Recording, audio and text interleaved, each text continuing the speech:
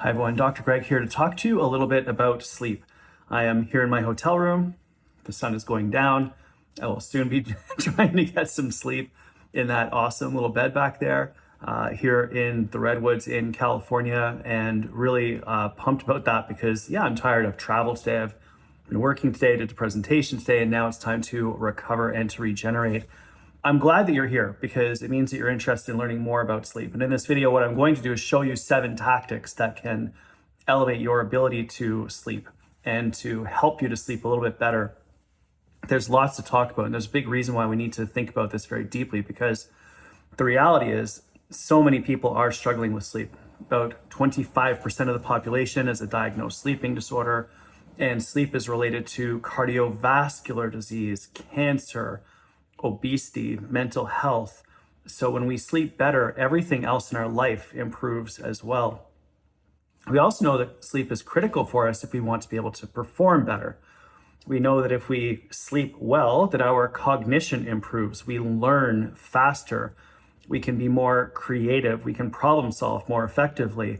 Further, it makes it easier, good sleep makes it easier for us to eat better because the hormones that control our appetite and satiety are dialed in.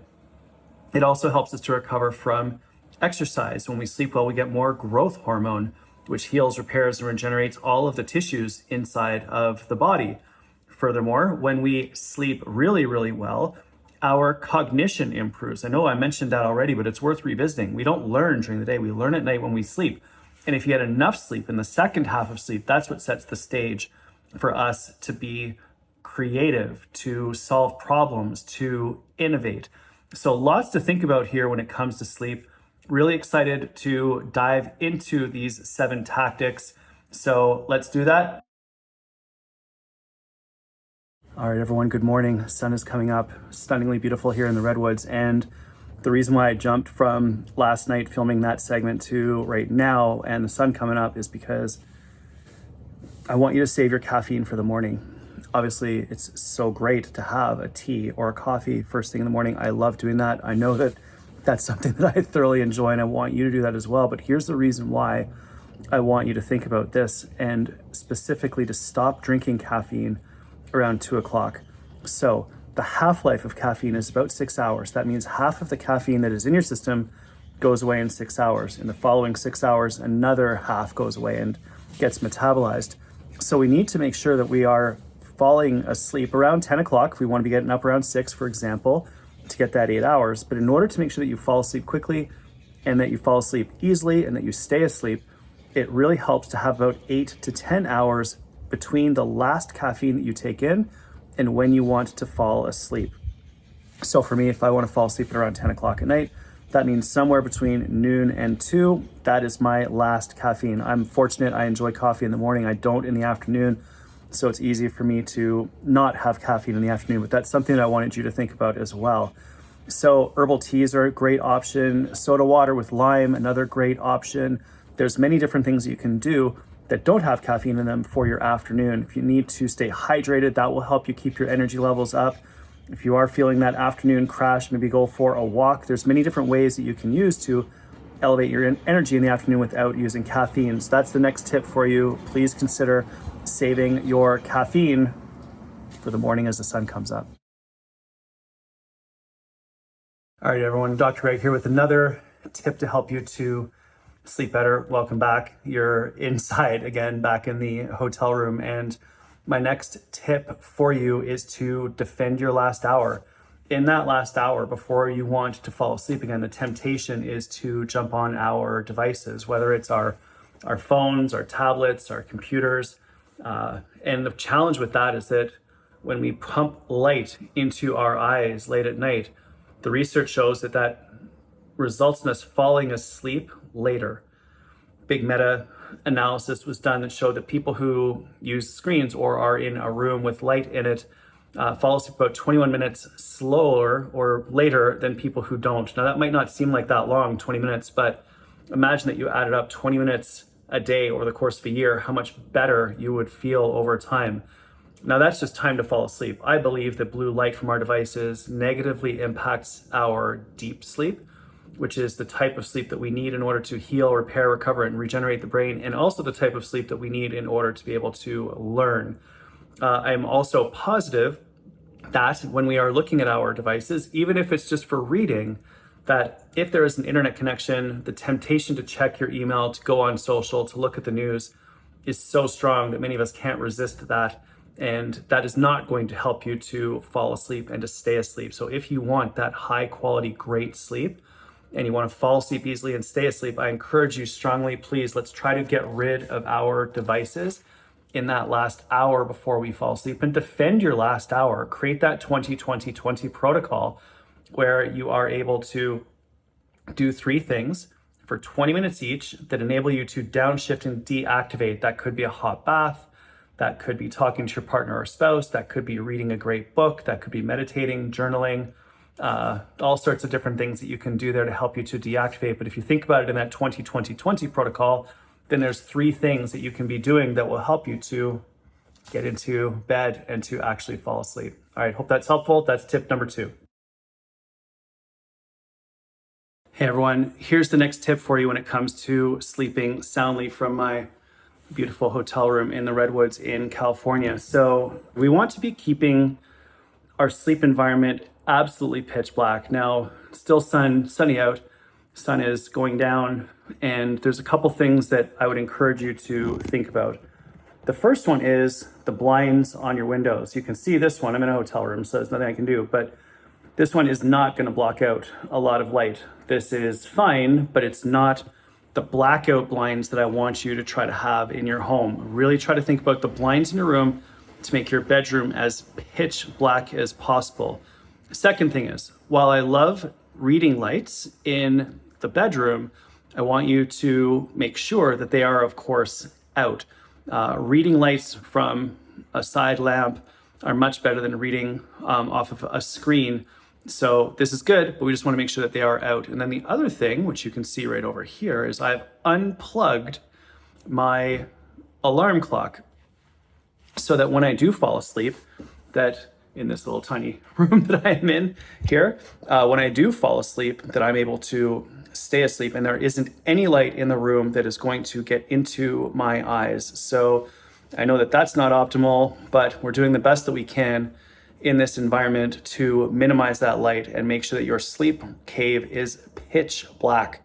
Every little bit matters, and investing in blackout blinds is one of the most important things that you can do.